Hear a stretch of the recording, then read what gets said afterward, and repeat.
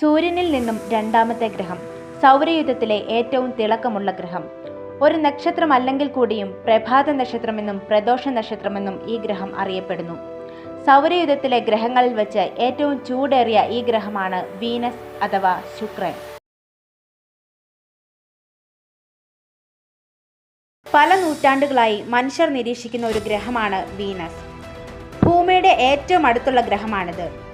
വീനസിന്റെ mass, വലിപ്പം, ഘടന എന്നിവയെല്ലാം ഏകദേശം ഭൂമിയോട് സമാനമായതിനാൽ ശുക്രനെ ഭൂമിയുടെ ഇരട്ട സഹോദരി എന്ന് വിളിച്ചിരുന്നു. സൗരയൂഥത്തിലെ ഗ്രഹങ്ങൾ ദീർഘവൃത്താകൃതിയിലാണ് സൂര്യന് ചുറ്റും വലയം ചെയ്യുന്നത്. ഇങ്ങനെ വലയം ചെയ്യുമ്പോൾ ഓരോ 584 ദിവസങ്ങൾ കൂടുമ്പോഴും വീനസ് ഭൂമിയുടെ ഏറ്റവും അടുത്തായിരിക്കും. ആ സമയത്ത് വീനസും ഭൂമിയും തമ്മിലുള്ള ദൂരം ഏകദേശം 610 ലക്ഷം കിലോമീറ്റേഴ്സ് ആണ്. ശുക്രന്റെ വ്യാസം ശരാശരി 12,104 കിലോമീറ്റേഴ്സ് ആണ്. താരതമ്യേന ഭൂമിയുടെ വ്യാസം 12,742 കിലോമീറ്റേഴ്സ് ആണ്. അതായത് ശുക്രനും ഭൂമിക്കും ഏകദേശം സമാനമായ വലിപ്പമാണുള്ളത്. സൂര്യനിൽ നിന്നും ഏകദേശം 10 കോടി കിലോമീറ്റേഴ്സ് അകലത്തിലാണ് വീനസ് സൂര്യനെ വലയം ചെയ്യുന്നത്. 225 ദിവസങ്ങൾ കൊണ്ടാണ് ഇത് സൂര്യന് ചുറ്റും വലയം ചെയ്യുന്നത്. എന്നാൽ വീനസ് സ്വയം ഭ്രമണം ചെയ്യാൻ എടുക്കുന്ന സമയം 243 ദിവസങ്ങളാണ്. അതായത് ശുക്രന്റെ ഒരു ദിവസം എന്ന് പറയുന്നത് ഭൂമിയിലെ 243 ദിവസങ്ങളാണ്. വീനസിന്റെ ഒരു ദിവസത്തിന് അതിന്റെ ഒരു വർഷത്തേക്കാൾ ദൈർഘ്യം കൂടുതലാണ്. ഇത്രയും പതിയെ ഭ്രമണം ചെയ്യുന്നത് കൊണ്ട് തന്നെ ശുക്രനിൽ 117 ദിവസങ്ങൾ കൂടുമ്പോഴാണ് സൂര്യൻ ഉദിക്കുന്നത്. അതായത് വീനസിന്റെ ഒരു വർഷത്തിൽ 2 തവണ മാത്രമാണ് സൂര്യൻ ഉദിക്കുന്നത്. മറ്റൊരു വസ്തുത എന്താണെന്ന് വെച്ചാൽ സൗരയൂഥത്തിലെ ഏകദേശം എല്ലാ ഗ്രഹങ്ങളും ആന്റി ക്ലോക്ക് വൈസ് ഡയറക്ഷനിലാണ് കറങ്ങുന്നത്. എന്നാൽ ശുക്രൻ ക്ലോക്ക് വൈസ് ഡയറക്ഷനിലാണ് കറങ്ങുന്നത്. ഇതിന്റെ കാരണം എന്താണെന്ന് വ്യക്തമല്ല.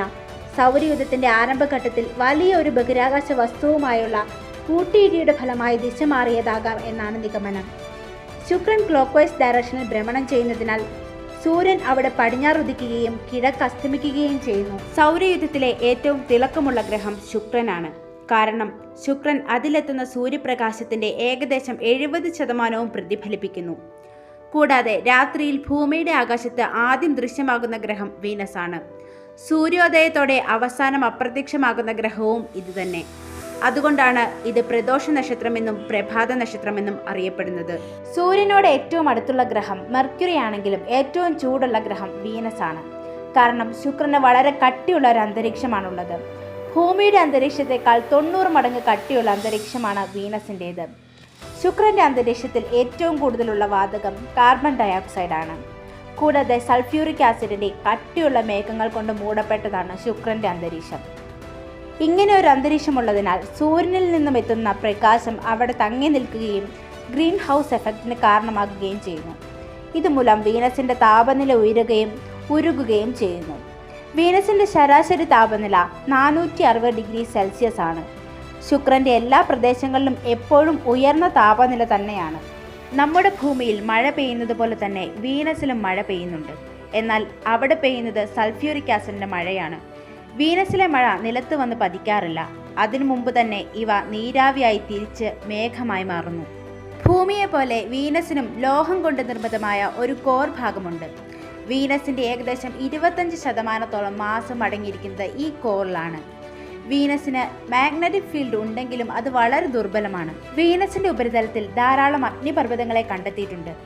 സൗരയൂഥത്തിലെ ഗ്രഹങ്ങളിൽ വെച്ച് ഏറ്റവും കൂടുതൽ അഗ്നിപർവ്വതങ്ങളെ കണ്ടെത്തിയിട്ടുള്ളത് വീനസിലാണ്. എന്നാൽ ഈ അഗ്നിപർവ്വതങ്ങളൊന്നും സജീവമായി കണ്ടെത്തിയിട്ടില്ല. 1975 സോവിയറ്റ് യൂണിയൻ വിക്ഷേപിച്ച വെനറ 9 ശുക്രന്റെ ഉപരിതലത്തിന്റെ ആദ്യ ചിത്രം പകർത്തിയിരുന്നു. 1982 സോവിയറ്റ് യൂണിയൻ തന്നെ വിക്ഷേപിച്ച വെനറ 13 ആണ് ശുക്രന്റെ ഉപരിതലത്തിന്റെ ആദ്യ കളർ ചിത്രം പകർത്തിയത്. ഒരുപാട് പേടകങ്ങൾ വീനസിന്റെ ഉപരിതലത്തിലേക്ക് അയച്ചിട്ടുണ്ടെങ്കിലും വീനസിന്റെ ശക്തമായ അന്തരീക്ഷം മൂലം റോവറുകളെല്ലാം കുറച്ചു സമയത്തേക്ക് മാത്രം പ്രവർത്തിച്ചതിന് ശേഷം തകരാറാകുകയാണ് ഉണ്ടായത്. 1989 വിക്ഷേപിച്ച നാസയുടെ മെഗലൻ പേടകം വീനസിന് ചുറ്റും വലം വെച്ചുകൊണ്ട് വീനസിന്റെ 95% ചിത്രങ്ങളും പകർത്തിയിരുന്നു. ഇന്ന് വീനസിനെ കുറിച്ചറിയാവുന്ന കുറേയേറെ കാര്യങ്ങളും മെഗലൻ വഴിയാണ് മനസ്സിലാക്കിയത്. എന്നാലും വളരെയേറെ നിഗൂഢതകൾ നിറഞ്ഞ ഒരു ലോകം തന്നെയാണ് വീനസ്. ഇനിയും ഭാവിയിൽ നടക്കാനിരിക്കുന്ന പല വീനസ് ദൗത്യങ്ങളിലൂടെയും നമ്മൾ വീനസിനെക്കുറിച്ച് കൂടുതൽ കാര്യങ്ങൾ മനസ്സിലാക്കും.